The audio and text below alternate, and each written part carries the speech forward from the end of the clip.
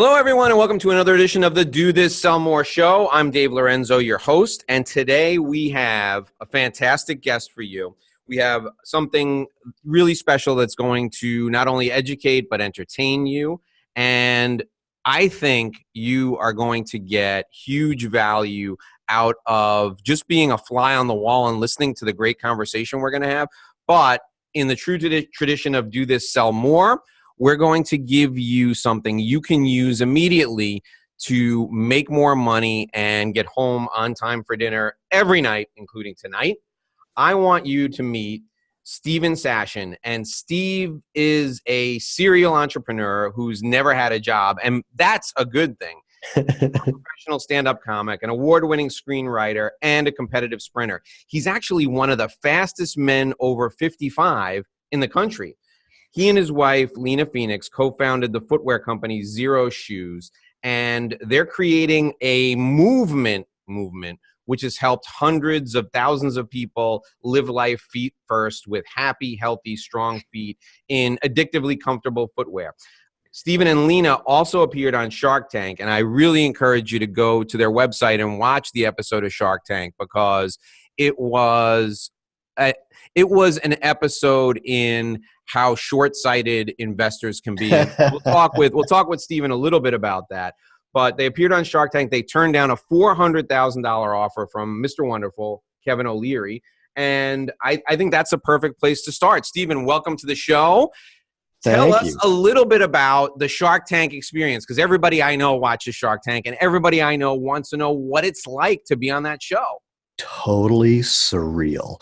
It really is freaky because when you walk out onto the tank, into the tank, if you will, you're seeing these people that you've been watching on TV for months or years. I mean, we watched every episode of Shark Tank. We watched episodes of Dragon's Den from Canada, Dragon's Den from the UK. We didn't watch Dragon's Den from Japan. That would have been a little difficult for us.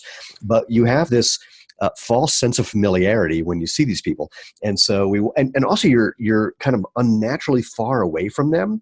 So you're standing like 15, 20 feet away.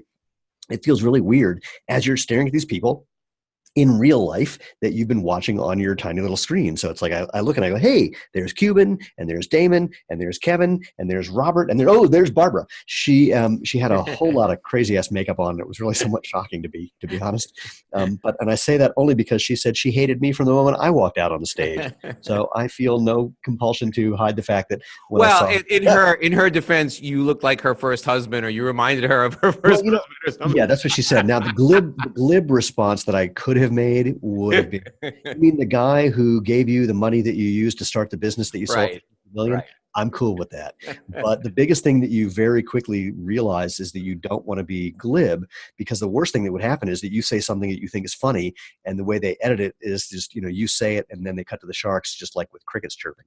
So there was that surreal thing. And also when you watch the show, it looks like a conversation. When you're on the show, it is the farthest thing from a conversation. They're rarely paying attention to you. They're certainly not giving you their rapt attention all at once.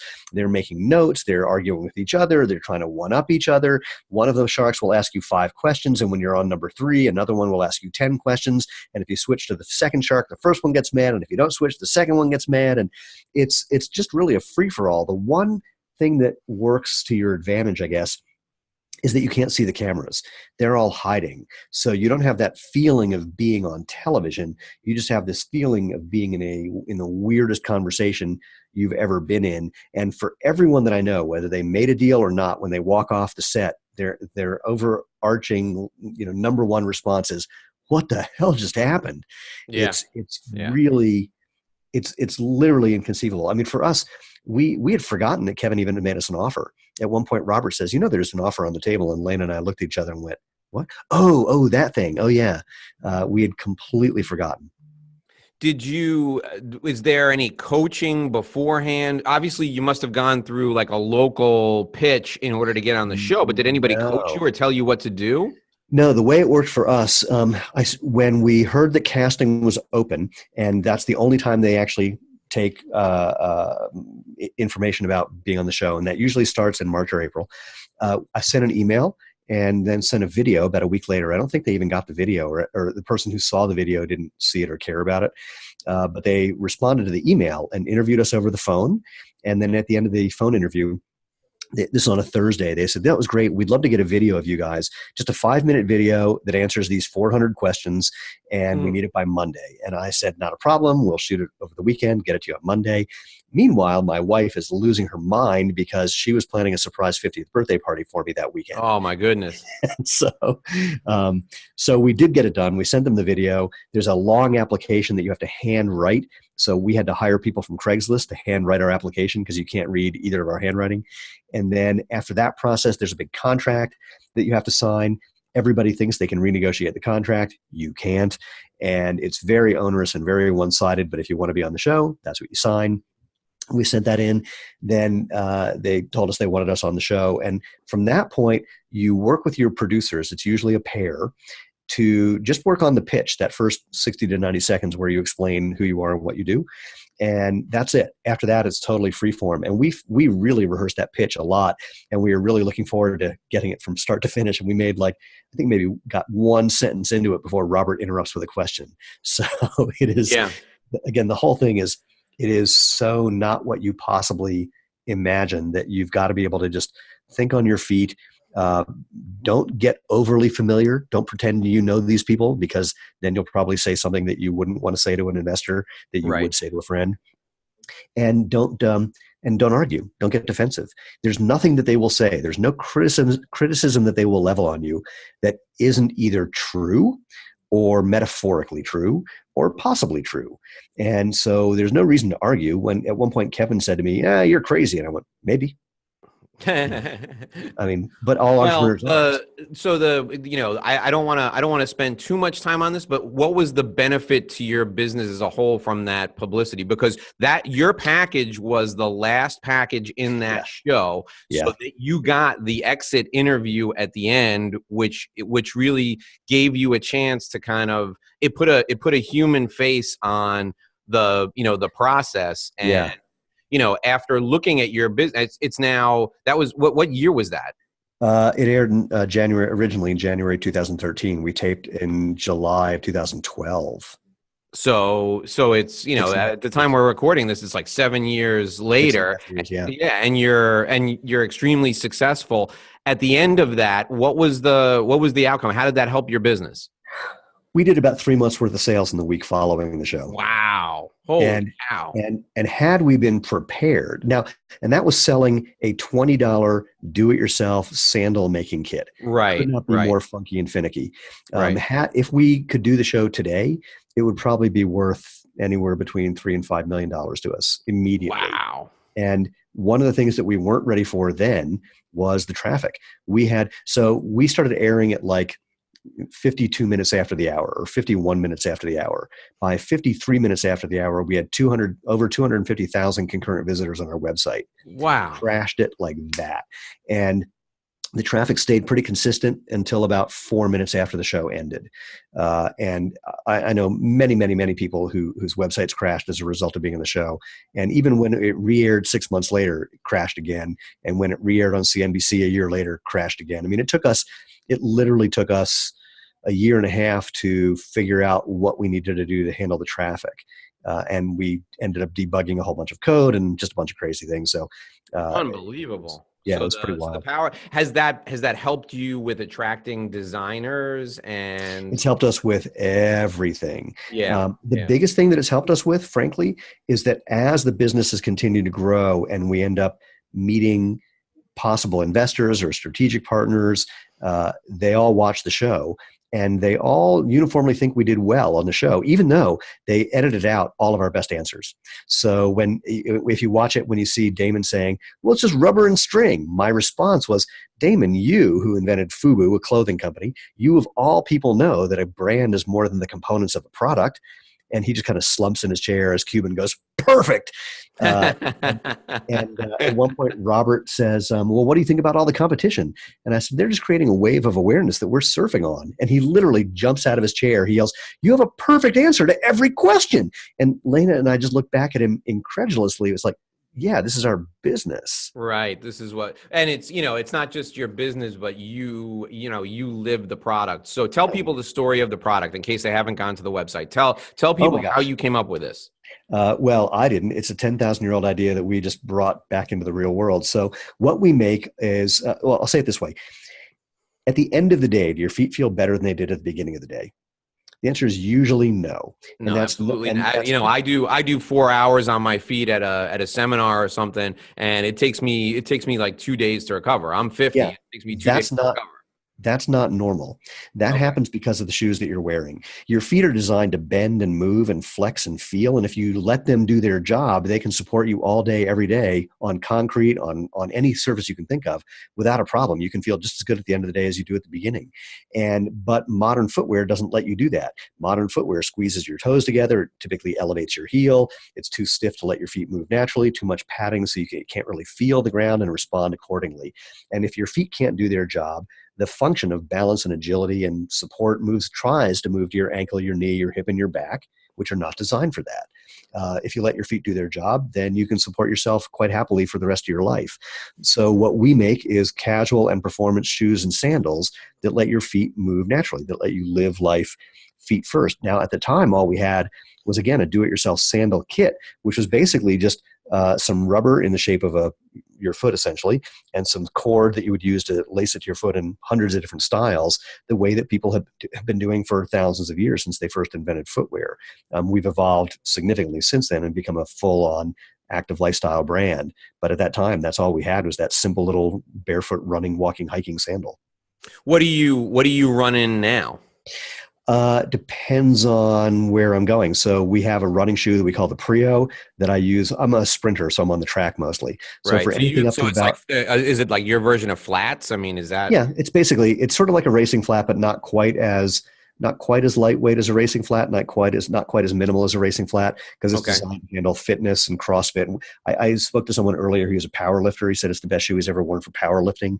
Wow. So it's really an all-around shoe. We've And it's also the got a trail Prio. run. I have your website up on the other screen. I'm looking at it right now. It's a good looking shoe. Thank Yeah. you. It's got a bunch of little design features that we own patents on and that have never been done before, mostly because I knew nothing about footwear and said, well, here's how feet work. Why don't we make something around feet? And people would say, well, no one's ever done that before. And I said, well, that seems stupid.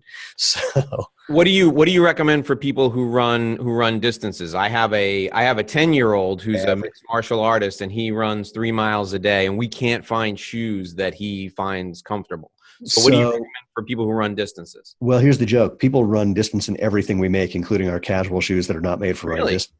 Yeah, well, in part because our soles are the same. We have a sole that gives you the right combination of ground feel so your feet can actually do their job of feeling things. You have more nerve endings in your sole than anywhere but your fingertips and your lips. You're supposed to use those things to tell your brain what's going on with your whole body. So people run in our sandals, they run in our casual shoes, they run in our performance shoes. The most popular running products for shoes, the Prio for kind of all around, and then our Terraflex is just an amazing trail running shoe.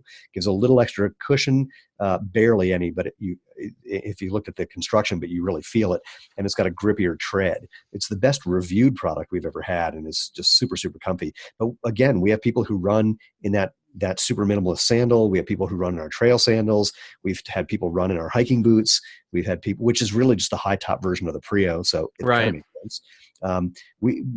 It's become a joke in the office where we'll make a product for some specific use, like casual wear, and then we just wait to hear someone say something like, "Hey, I just climbed Kilimanjaro on these." It's like, what? So if you want to take a look at these, if you're listening and you want to take a look at these, go to zeroshoes.com, XEROSHOES.com. Look at the Prio. I'm looking at the Prio right now. It's got almost 1,500 reviews, and they're all 5 stars. It's really hard to find a bad Yeah, they review. averaged a 4.8. Yeah, and the Terraflex is on there right now. That has 623 reviews, and that's got that. It looks like that's got almost all 5-star Yeah, that reviews. one's even better, And they're actually. they're unbelievably affordable. They're not Yeah. expensive at all. It's great. Yeah, and the soles have a 5,000 mile sole warranty, so the net cost is even less. That's fantastic. I want to talk to you specifically about the community you've built. So one of the things we talk to our clients about all day long, whether they're in professional services or they're salespeople selling pharmaceutical products, or they sell private jets, or they're looking to do business with the affluent. One of the things we talk to our clients about all day long is, number one, establishing some level of expertise, and number two, creating a community where the folks who are your clients can support one another and can learn from one another. You own and run a shoe company, and you've got one of the best email systems that educates people and establishes your expertise I've seen. And also on your site, you've created a community of people that are talking about everything from how to use your products effectively to where to go and run and hike. Talk to me about creating a community and how you leverage the email communication to develop an affinity for your brand and for your products. Well, luckily for me, you just explained how to do it. So I will highlight what you just said. And the gist is that to the extent to which you can provide value, and value comes in a number of forms. It can come in information and education. It can come in entertainment.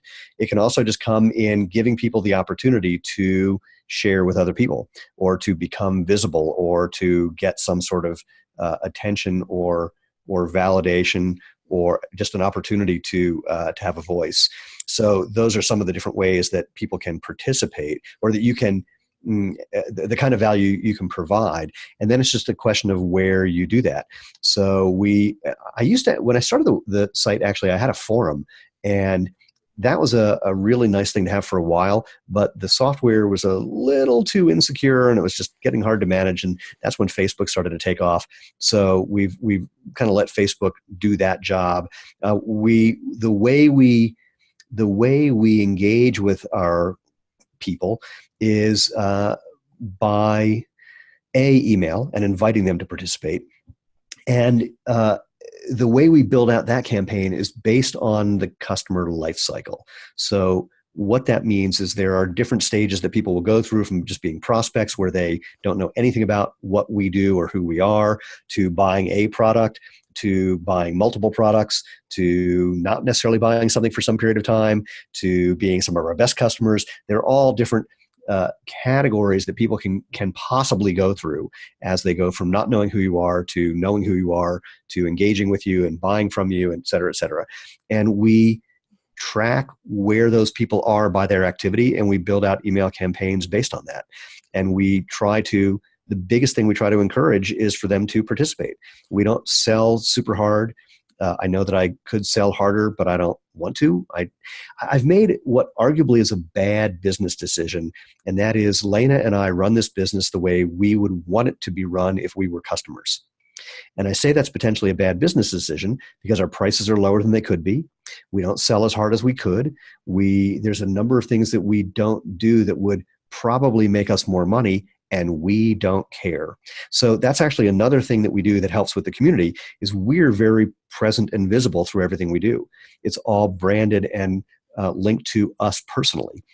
And we tell a lot of personal stories, not overly personal. I'm not, talking about our sex life, but we share about just who we are and what we're doing, because people like relating to people, not to things, not to amorphous, whatever. For someone to relate to a brand, that brand has to be so well established that it doesn't require humans involved. Basically, the giant customer base becomes what you're getting into. But until you've gotten that level of penetration, which very few companies ever get to, it's just easier to relate to humans than it is to relate to some amorphous corporate blob. It's interesting. I had never talked to you until about 20 minutes ago, 15, 20 minutes ago, but the email voice is very much like your voice. And I recognized it as soon as I saw the video on your website. I thought to myself, these are folks who really get it. The connection made through the email is like making a connection with you. Do you? I don't. Yeah. I mean, this may be revealing something you don't want to reveal. But are you writing those emails, or are you connecting with somebody who has your voice down really, really well? I've either written or edited every email. I've typically written most of them, if not, I've written probably 90% of them. And the people that I work with to handle the logistics of our email and split test and various ways of optimizing our email, whenever they write something, I almost always have to reply saying, here's the way I would do it because this is the way I sound, or this is the way human beings talk. Right. Our newsletter, I have some people that we brought on board who craft that basically 3 times a month, sometimes 4 times a month. And pretty much every time I'm still to this day editing that to make it more like the way we talk and less like the way they talk. Talk to me about the entrepreneur in me is really curious about the guarantee. So tell me about the guarantee. The pushback that I always get from our clients with the guarantee is, oh, everybody's going to send them back. They're going to wear them for 6 months and send them back. Tell me about the guarantee. Tell me how that strengthens your brand, and tell me about reality. How does that really work? I'm going to start by saying it's a work in progress because there's a lot of normative pressure placed on brands and new emerging brands to do what Amazon does, or to do what people think Amazon does, or to do what people think Zappos or Nordstrom or fill in the blank does. And I emphasize think because they're often mistaken. So they think that Amazon and Zappos and Nordstrom will take any product back at any time in any condition. It's actually not true. Right. And so, but that's their expectation. And so we're constantly fighting that, and we're fighting the brands that are willing to do what they think those companies are doing to try to make sales, even though they're often losing money by doing so. So we're running the balancing act of finding the right way to reverse the risk or make people feel comfortable buying something online that's actually the one product that people feel the least comfortable buying online, shoes. Right. Because they're worried about fit, and they're worried about look, and they're worried about comfort and all those things. So our guarantee, we have a 5,000 mile sole warranty. And where that came from was early on when we had our do-it-yourself kit, people would email us all the time and say, well, how long are these things going to last? And we would say, I don't know, it's been 2 years and no one's ever worn out a pair.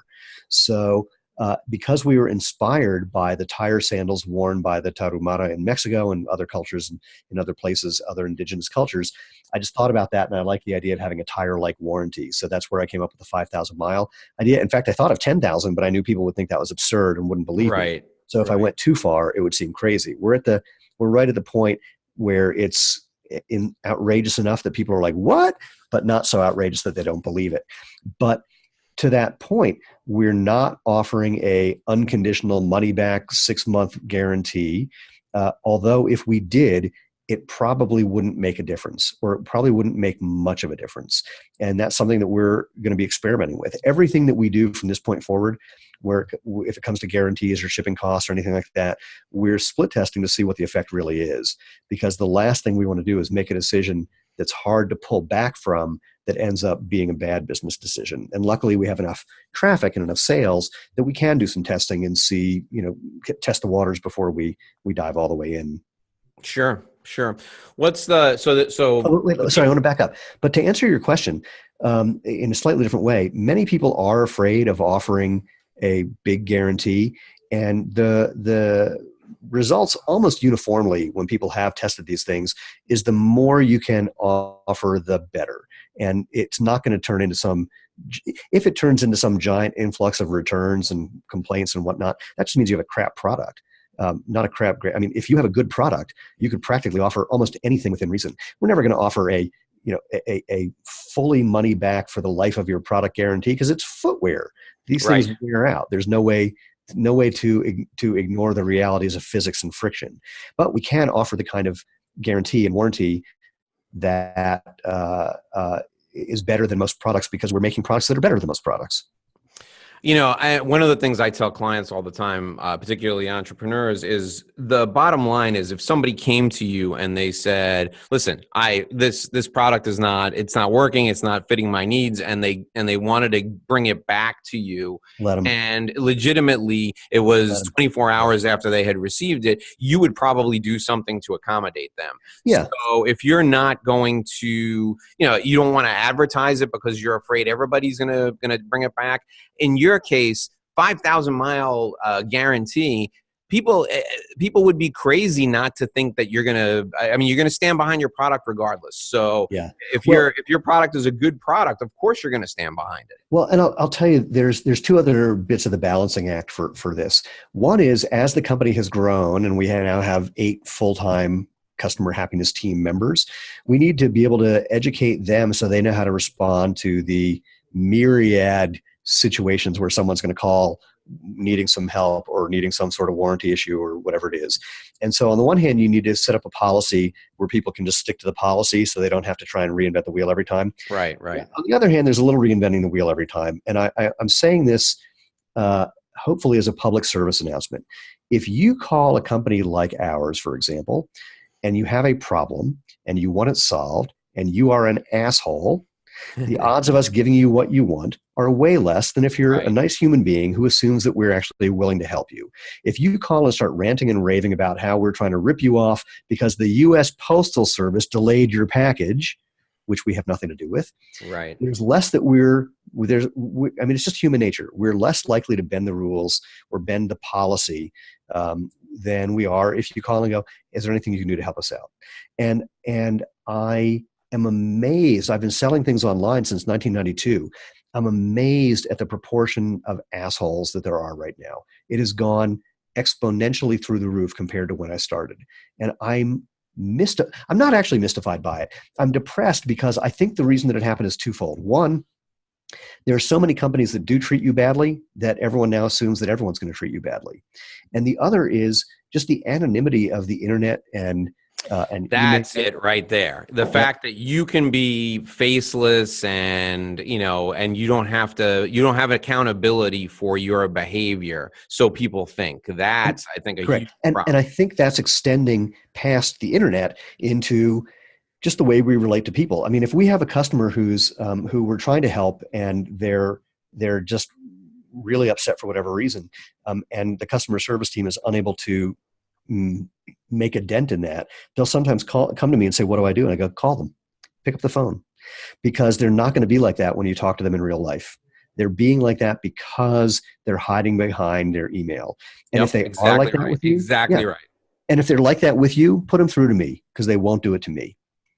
And that happens maybe once every 2 or 3 months. But it really is just sort of, it's really sad for me just to see the erosion of civil behavior that's really happened in the last, I think, like 5 or 6 years significantly. It's been going on for a while, but the last 5 or 6 years has really accelerated in a way. And it's particularly bad on social media. Oh, yeah. There's and one of the things that we talk about constantly with our clients is that nobody's going to win an argument on social media and then sell anything to anyone ever who's friends with you on social media if you're getting into fights with people. That's the exact opposite of what sales is all about. Sales is about developing relationships and delivering value. If you're arguing with someone, you're not going to argue them into doing business with you. No, but there is a fine line where you can respond and still hold your ground in a way that someone will come back and go, my apologies. And it is undeniably challenging. And I will say that I am 2 things. I'm the master of doing that. And it's not like I do it right on the first try. In other words, someone will respond and I will come back with my response that I erase 10 times before I come back with the one where I feel confident that I have not only responded to them, but I've responded to anyone who's reading the thread in such a way that they see that I'm the one who's reasonable in the conversation. Yeah. That's the best you can do. So, folks, I want you to go to Zero Shoes, Xero shoes, all together, XeroShoes.com. I'm going to buy a pair of Prios for myself, and I'm going to buy a pair of Prios for Nick. I said, Nick is 10. He runs every day. We're going to unbox them. I'll put the unboxing video on YouTube, and Nick and I will both do a review of them. We will put it with the video from this podcast. So if you're listening to this online right now, go to the website, look for the video so that you can see us and our Zero Shoes Prios. Look for the interview with Steven on YouTube, and join us right back here again next time for the Do This Sell More show. Steven Sashin, I thank you so much for joining me today. This is an unbelievably valuable conversation for all of our listeners. What's the one thing you want to leave our listeners with in terms of the best advice you can give them from a perspective of relationship development or delivering value? Find where people are already having the conversation that you want to be part of, and join it just for the sake of being part of the conversation and offering value to it, not trying to get something from it. Very good. Great advice. Thank you, Steven Sashin. This has been the Do This, Sell More show. And until next time, I'm Dave Lorenzo, and I hope you do this and sell more.